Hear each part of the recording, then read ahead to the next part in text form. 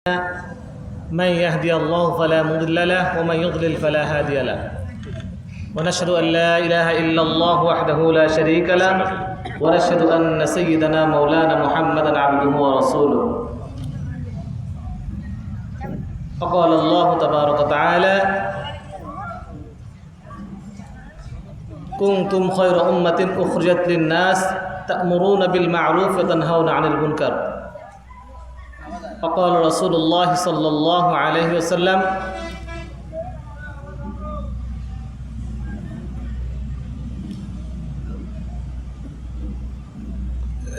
إن الذي ليس في جوفه شيء من البيت كالبيت الخريب صدق الله العظيم। সম্মানিত উপস্থিতি, মহান আল্লাহ রব্বুল আলামিনের দরবারে অসংখ্য অগণিত শুকরিয়া, যিনি আমাদেরকে পবিত্র ইশার নামাজের পরে দিনই এক মজমায় বসার তৌফিক দান করলেন, সেই সাথে দিনের কিছু কথা বলা এবং শোনার তৌফিক দান করতেছেন।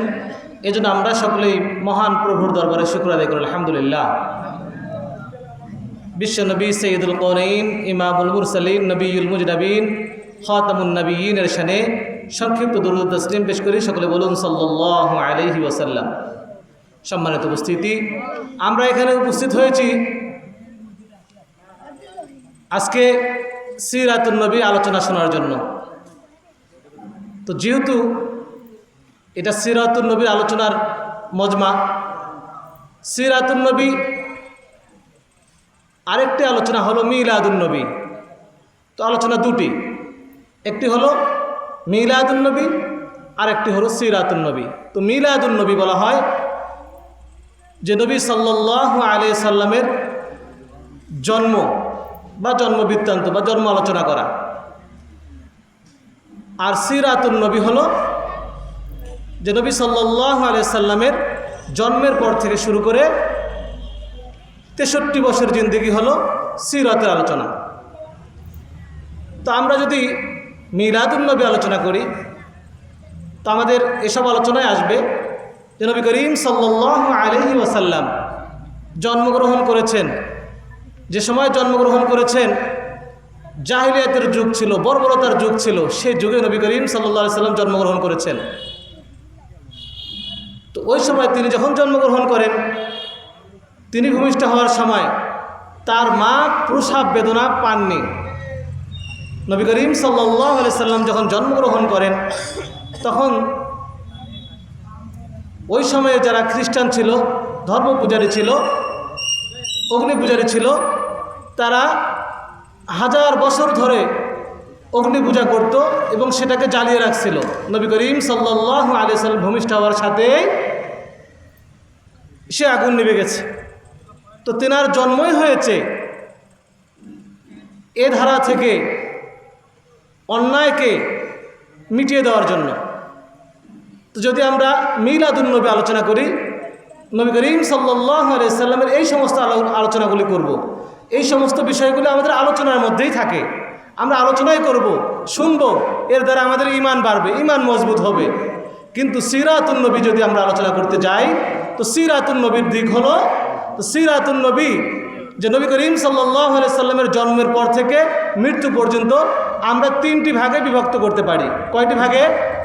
3টি ভাগে। একটি ভাগ হলো নবী করিম সাল্লাল্লাহু আলাইহি সাল্লামের জন্মের পর থেকে নিয়ে নবুয়ত পাওয়া পর্যন্ত, অর্থাৎ 40 বছরের জিন্দেগি, প্রথম ভাগ। দ্বিতীয় ভাগ হলো নবী করিম সাল্লাল্লাহু আলাইহি সাল্লামের মক্কি জিন্দেগি, সেটা হলো 13 বছর। তাহলে 40 আর 13 কত হলো? 53 বছর। আর তৃতীয় ভাগ হলো নবী করিম সাল্লাল্লাহু আলাইহি সাল্লামের মাদানী জীবন। তাহলে 53 আর 10 63 বছর। তো নবী করিম সাল্লাল্লাহু আলাইহি সাল্লামের এই 63 বছর যদি আমরা ক্যালকুলেশন করি তো তিনি কিভাবে চলেছেন, কিভাবে তার জীবন ব্যবস্থা গ্রহণ করেছিলেন, যদি এগুলো আমরা দেখি তো যদি 40 বছরের জিন্দেগিতে তেনার অনেক কি আছে, ইবাদত বন্দেগী আছে, অনেক আমল আছে নবুয়ত পাওয়ার আগে। যদি নবুয়ত পাওয়ার পরে, যখন তিনি নবুয়ত পেয়েছেন, আমরা যদি এই সময়টুকু শুধু ধরি, নবুয়ত পাওয়ার পরে নবী করিম সাল্লাল্লাহু আলাইহি ওয়াসাল্লাম নবুয়ত পাওয়ার পরে দিনের দাওয়াত মানুষের দ্বারে দ্বারে গিয়ে দিনের দাওয়াত পৌঁছায় দিয়েছেন, মানুষকে বোঝানোর চেষ্টা করেছেন। কিন্তু কাফের মুশরিকরা কি করেন নাই, বোঝেন নাই। তারা কি করেছেন, বিভিন্নভাবে অত্যাচার করেছেন, নির্যাতন করেছেন। অত্যাচার নির্যাতন সইছেন তো সইছেন, এমনভাবে নির্যাতন করেছেন, নবী করিম সাল্লাল্লাহু আলাইহি সাল্লামকে রক্তাক্ত করেছেন।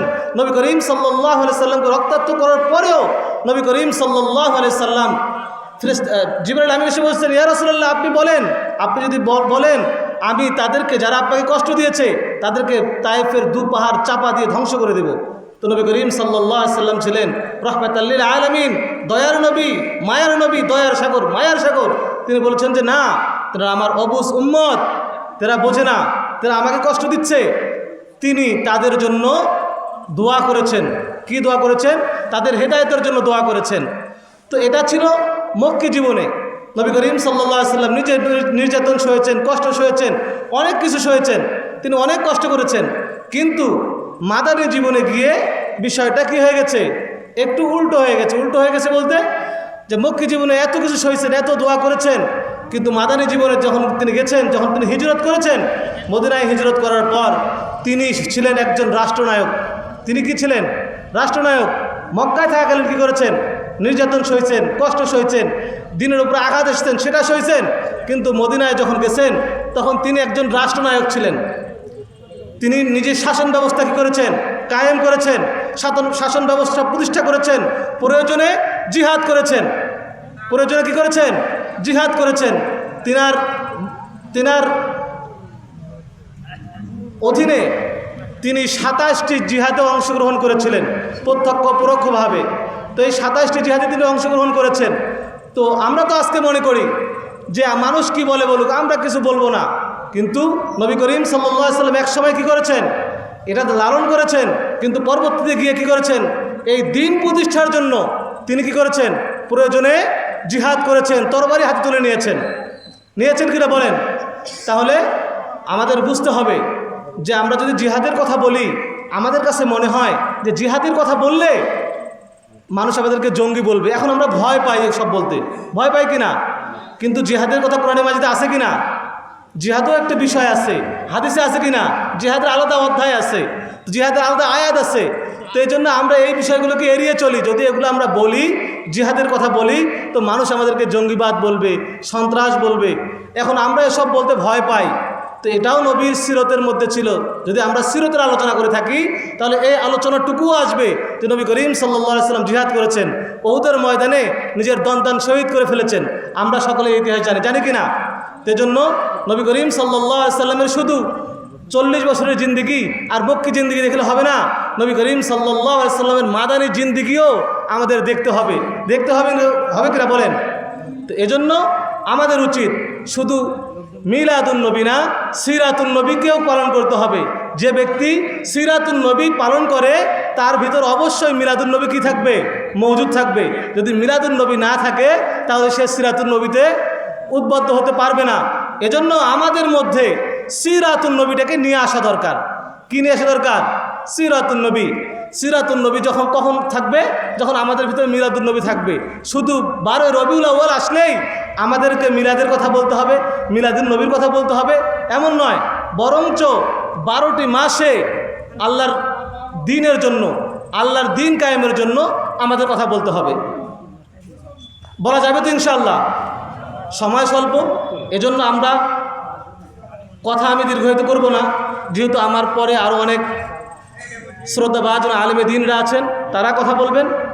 এজন্য আমাদের উচিত আল্লাহ রাসূল সাল্লাল্লাহু আলাইহি সাল্লামের জীবন আদর্শকে লালন করে আমাদের ইহকালীন শান্তি ও পরকালীন মুক্তি লাভ করতে পারি। এজন্য আমরা সকলে চেষ্টা করব তো ইনশাআল্লাহ। আল্লাহ রাব্বুল আলামিন আমাদের সকলকেই যে সমস্ত কথা বলা হলো, সেই সমস্ত কথা অনুযায়ী আমল করে ইহকালীন শান্তি ও পরকালীন মুক্তি লাভ করার তৌফিক দান করুন। সকল বলুন আল্লাহুম্মা আমিন।